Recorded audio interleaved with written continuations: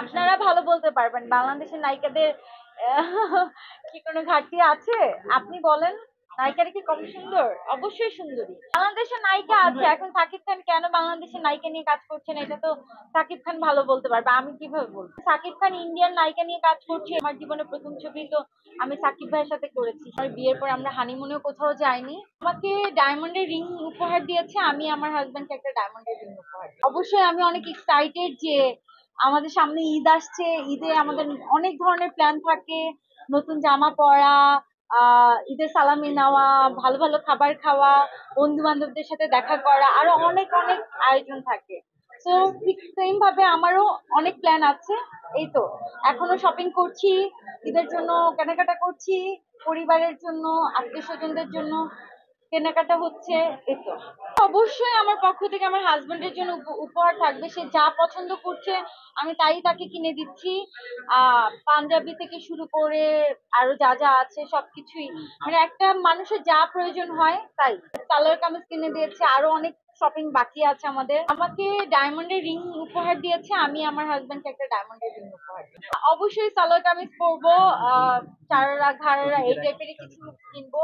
শাড়ি আমি খুবই অকেশনালি পরি, বাসার বাইরে যখন যাব তখন শাড়ি বা লেহেঙ্গা এরকম কিছু পরি। আমার একটা নতুন ছবি রিলিজ হওয়ার কথা ছিল, ব্যাচেলার ইন চিফ। আমি দেখলাম যে অনেক সোশ্যাল মিডিয়ায় অনেক নিউজ টিউজ হয়েছে। আমি জানি না আদৌ ছবিটা রিলিজ হবে কি হবে না, কারণ এটা হচ্ছে সম্পূর্ণ প্রডিউসার ডিরেক্টরদের ব্যাপার। সেই সাথে আমার কিছু টক শো আসছে, ঈদের কিছু স্পেশাল গেম শো আসছে, নাচের অনুষ্ঠান আসছে, বিভিন্ন চ্যানেলে এই ধরনের প্রোগ্রাম। বরবাদের ট্রেলারটা আমি ফ্যান হয়ে গেছি বরবাদে। অবশ্যই বরবাদ রিলিজ হলে আমি আমার হাজবেন্ডকে নিয়ে হলে গিয়ে ছবিটা দেখবো। আমাদের প্ল্যান আছে দেশের বাইরে কোথাও ঘুরতে যাওয়ার। আপনারা অনেকেই জানেন আমার বিয়ের পর আমরা হানিমুনেও কোথাও যাইনি। তো তেমন একটি প্ল্যান আছে, যদি আমাদের ভিসা সংক্রান্ত কোনো ঝামেলা না থাকে চেষ্টা করবো দেশের বাইরে কোথাও যাওয়ার।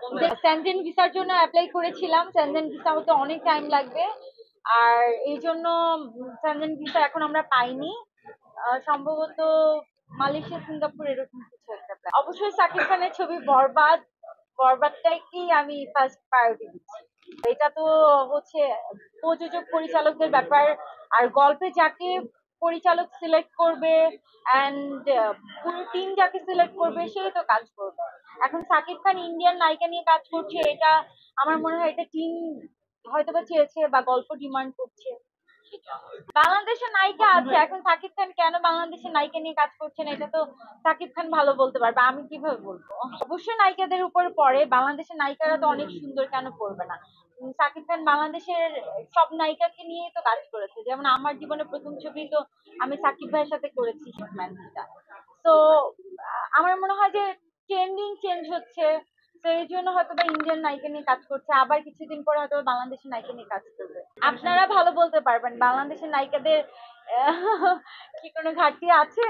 আপনি বলেন, নায়িকারা কি কম সুন্দর? অবশ্যই সুন্দরী। কিন্তু ঘাটতি না ঘাটতি এটা কোনো বিষয় না, আমার কাছে মনে হয় হয়তোবা স্ক্রিপ্টে ডিমান্ড করে বা পরিচালক প্রযোজকরা ডিমান্ড করে, সেই জন্য।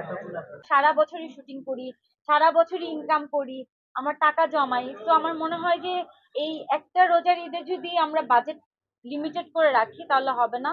আমার যা ভালো লাগছে আমি কিনছি, যা মন চায় আমি শপিং করছি, আত্মীয় স্বজনদের জন্য কেনাকাটা করছি।